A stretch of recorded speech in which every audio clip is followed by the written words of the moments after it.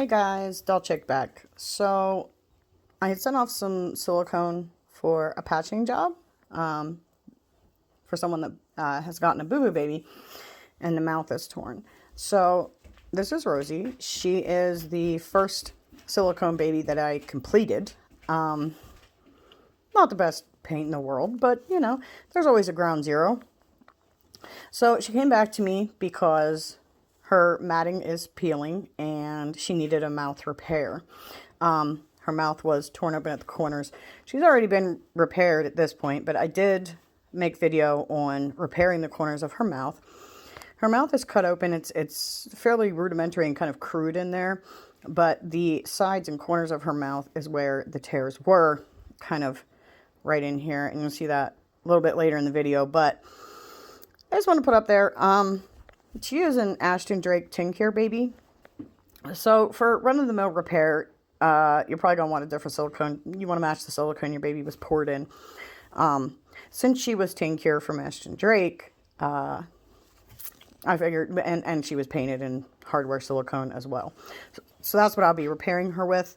Like I said, I just wanted to get this out there, show people kind of a simple repair, and it actually works really well. She has sat and cured for a full 24 hours at this point. The corners of her mouth came together quite nice, and with the right cleanup, there's no weird layer of clear silicone. I may put a little more on this side, just because it was torn worse, and it kind of looks like maybe I could get away with filling in some of that inside there. So for right now, the tears on the corners of her mouth have been repaired. And let's get right into it. We'll talk about some supplies and then go through the repair itself. Alright, so first things first, when you're going to patch silicone, the clear adhesive sealant is the one that's suggested a lot. The indoor-outdoor sealant and the big, like 100% silicone, what have you, they will work. They'll work on platinum or tincture. The problem is they are tinctured silicones, so if you put them on platinum, you aren't going to be able to ever repair that doll with platinum silicone again or paint over it if it needs fixed. So that's a no-no. Instead, if you've got platinum silicone that you need to fix, you definitely need to fix it with platinum silicone. It'd be helpful to know whether the doll was cast in like EcoFlex 20 or Dragon Skin, EcoFlex 30. You want to try to match what you're patching it with. Get the same type to patch. Right now, I have a doll back who started peeling. She was the first silicone that I had completed, and things went wrong. So we're patching her up. And she has a tear in her mouth that we need to repair. So even though it's not quite the same as platinum, I'm going to go through and show us a mouth repair. I am using this particular silicone for that repair. The adhesive sealant's okay, but it's hard to thin it down enough to use it and still have it cure. So I'm just going to go with this 100% instead of the silicone sealant. Alright, so I've got some of the tincture stuff, the like household hardware type silicone in a syringe. I find it easier to measure out. This really isn't necessary with your tincture because you don't add anything to it. It is an RTV1, meaning it's all inclusive. You pump it out of that gun and it cures on its own. Putting it in these syringes does help it last longer, about 24 to 36 hours. But I just use them. They're neat and tidy. I don't have to mix up a whole bunch. Getting just a little bit out of that gun is hard to do. With platinum silicone, they're really nice because you have to make sure that when you're putting this in the cup, it gets two parts, equal parts. So if you put in like from the 4 to the 3, then you're going to need from the 4 to the 3 on your other half of your platinum silicone. And I absolutely love the syringes for that precision. So I'm just going to dump some in here. With platinum silicone, when you're patching, you really don't need to thin it. It's a great consistency already. It's a lot thinner than this Tincure RTV1. But the RTV1, you have to thin. You got a couple of options. With the hardware stuff, you can use a lighter fluid type of deal. You can actually use some Novox. This is a Novox matte. I don't have any regular gloss Novox at the moment. You can also use the Mona Lisa thinner that you used with Platinum. True story on the Novox lighter fluid and the Mona Lisa. They all three will also work with Platinum. But I found Mona Lisa to work the best with that. So as far as this goes, we're just going to thin this out. And we're going to make it really thin so that we can really work it. I'm going to go ahead and mix this up. So these little pink swabs are really nice for kind of getting the silicone in where you need it, whatnot. The black ones are really good for cleaning up the mouth with acetone prior to putting the patch on. So I'm just going to stir this up with this, get us a decent consistency, and I'll be back.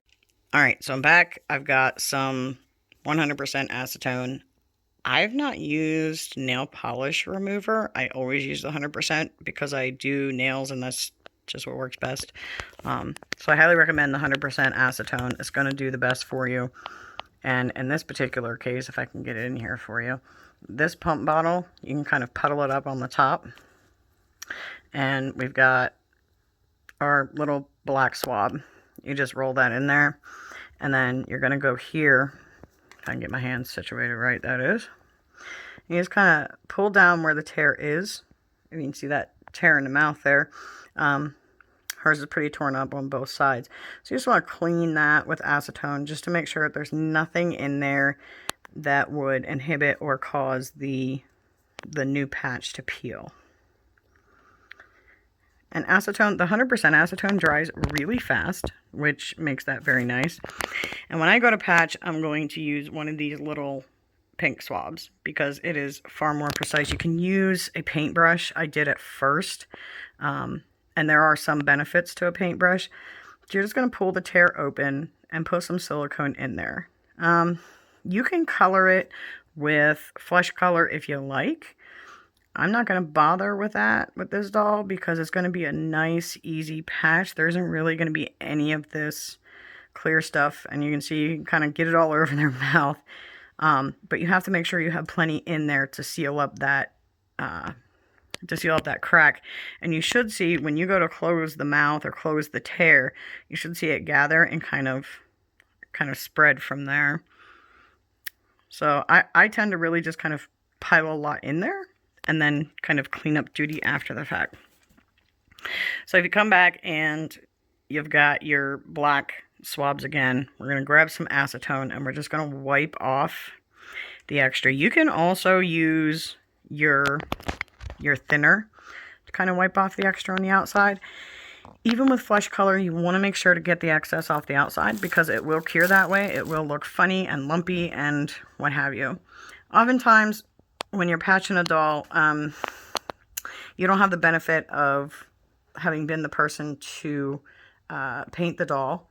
And so you don't really have the benefit of having the same materials and that kind of thing. Let's see if I can get down in here for you.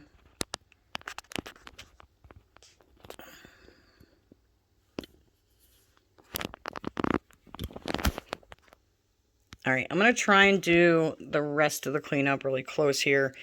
It's kind of hard to really accomplish this on camera. Thank you, oldest son, for helping. So you can see kind of here on the mouth where we have a little bit extra we need to clean up.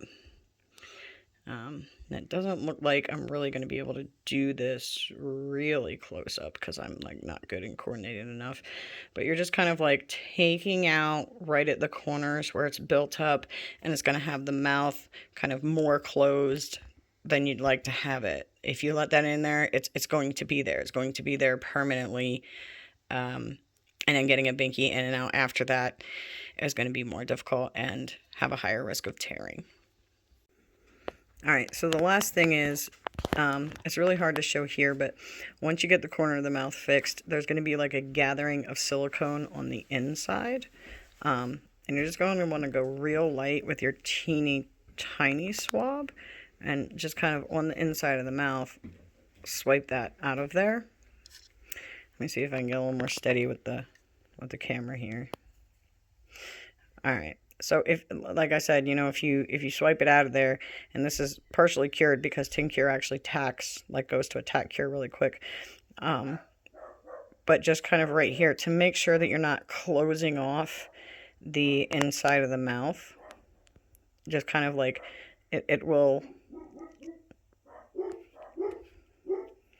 Let me switch hands here. If it'll stop blurring. There we go. You just kind of like on the inside of that lip, just to make sure your mouth cavity stays open. All right, and I think that's about it. That actually applies for any tear. The mouth is kind of a difficult place to repair. Fingers, digits, and the like, they are a little bit easier. I've got, once I got this doll back, I realized that the fingers here were torn, and basically I did the same thing. I just put the silicone down between, and then you close them up, and just let them sit and cure. So if you do get tears in between the fingers, or sometimes fingertips will tear kind of at the knuckle places, you can apply the same principle. You just put your silicone in there. If the tip of the finger completely rips off, no worries. Most sewing needles are safe for platinum silicone, and you can just drive that needle straight through the tip of the finger and into the base if you have to put one completely back on. When you pull the needle out, you will not see the spot. Like, it'll close back up, kind of like when you're rooting hair. But, all right, so I'm going to go ahead and finish working this baby over. She started peeling with the matte layer because I did it wrong. So hopefully doing it right this time, the baby will stay matted.